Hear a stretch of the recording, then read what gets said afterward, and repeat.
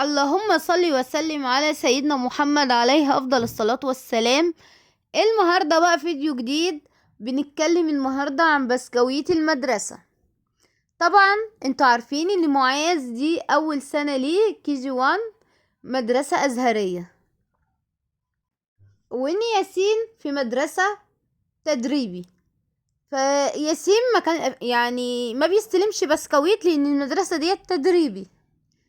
فاتفاجئت بقى لما معاذ راح المدرسة الازهرية ان هو استلم 2 بسكويت، واحد عجوة وواحد سادة. طبعا الاطفال بتحب البسكويت دوت جدا جدا جدا، لدرجة اللي هما بيروحوا المدرسة اصلا علشان البسكويت. يعني معاذ هو في KG1 بيروح المدرسة يوميا عشان خاطر البسكويت. يعني البسكويت بيديله حافز وبيشجعه ان هو يروح المدرسة كل يوم. وطبعا معاذ كريم جدا وبيجي من غير البسكويت لانه بياكله في المدرسة عشان محدش ياخد منه حاجة.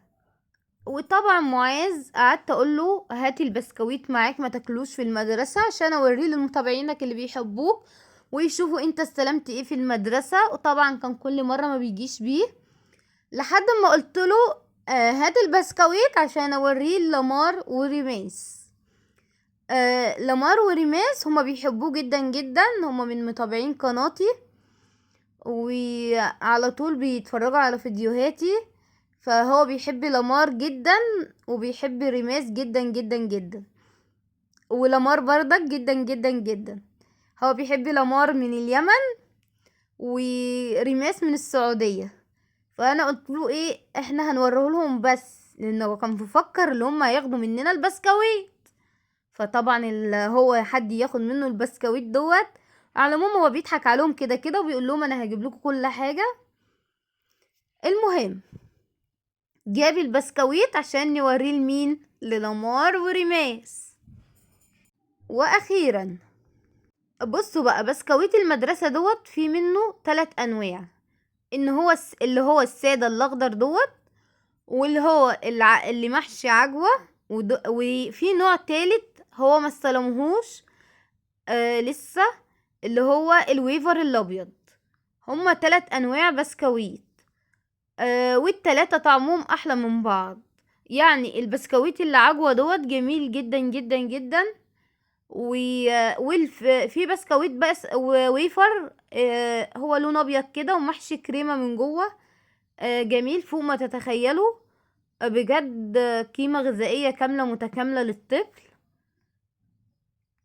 والله العظيم الامهات بتتخانق مع عيالها عشان تاكل منهم البسكويت من كتر ما البسكويت جميل جدا جدا ومميز بجد. والكيس تحس اللي هو مليان كده مش خفيف.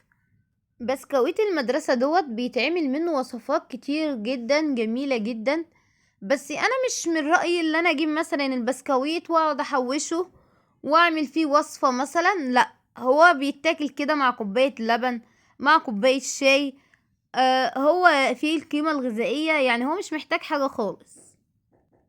وبعدين معاذ قرر في الاخر اللي هو يدي باكل لمار وباكل رميس الحمد لله.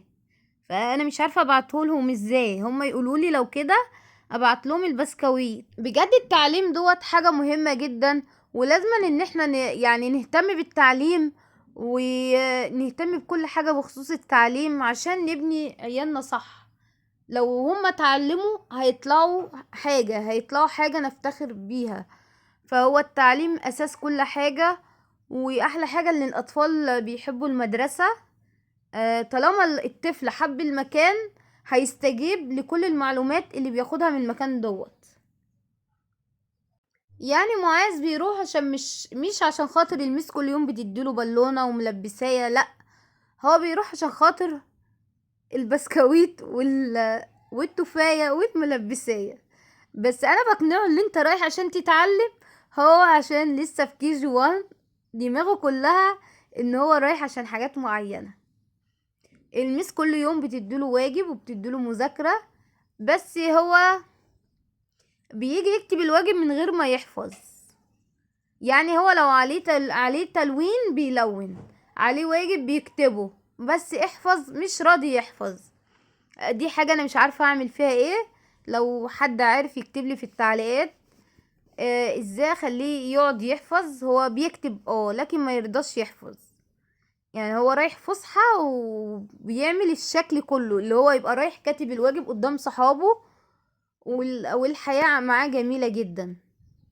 وفي عنده عادة بقى اول ما يخرج من باب المدرسة بيشتري ايس كريم في التلج اللي احنا فيه دوت. يعني معاذ ما بيسمعش الكلام للأسف. طب انت يا ابني النهارده بقول له يعني معاك بكوين بسكويت ومعاك بالونه ومعاك ملبسايه، صمم وخلاني اجيب له ايس كريم. يعني ما اكتفاش بكده بس، مشي شويه قابل سوبر ماركت، قال لي انا عاوز اجيب المهم اللي هو قال ده انا نسيت انا عاوز اجيب سلاين. المشكله اللي هو مش بيمشي من قدام المحل، يعني هو بيفضل قاعد قدام المحل. يعني لو النهارده مثلا الابله عشان هو الشقه في الفصل ما ادتلوش البالونه او الأروحة، بيفضل واقف لها على الفصل ما بيمشيش. دي برضك نقطة معاذ مغلبني فيها بجد. يعني احنا عندنا معاناة كتير. يعني معاذ من دخوله المدرسة في معاناة كتير جدا بيعملها، بس الحمد لله هي ماشية. ما تنسوش بقى تكتبوا في التعليقات ايه رأيكم في الفيديو، وما تنسوش تعملوا متابعة، ده حاجة هتفرحني جدا لو انتوا عملتوا متابعة في قناتي. وما تنسوش اللايك فضلا وليس امرا. وشكرا جزيلا لكل الناس اللي بتتابعني وكل الناس اللي بتبعتلي، ربنا يخليكم يا رب. لو انتوا حابين فيديوهات معينة ممكن اعملها قولولي، اكتبولي في التعليقات. وما تنسوش تكتبولي في التعليقات ازاي اخلي ابني يذاكر، عشان جربت معاه كل حاجة برضك. هو دماغه كلها في كرتون، في اللعب، في الموبايل. بجد يئست معاه ومش عارفة اعمل ايه.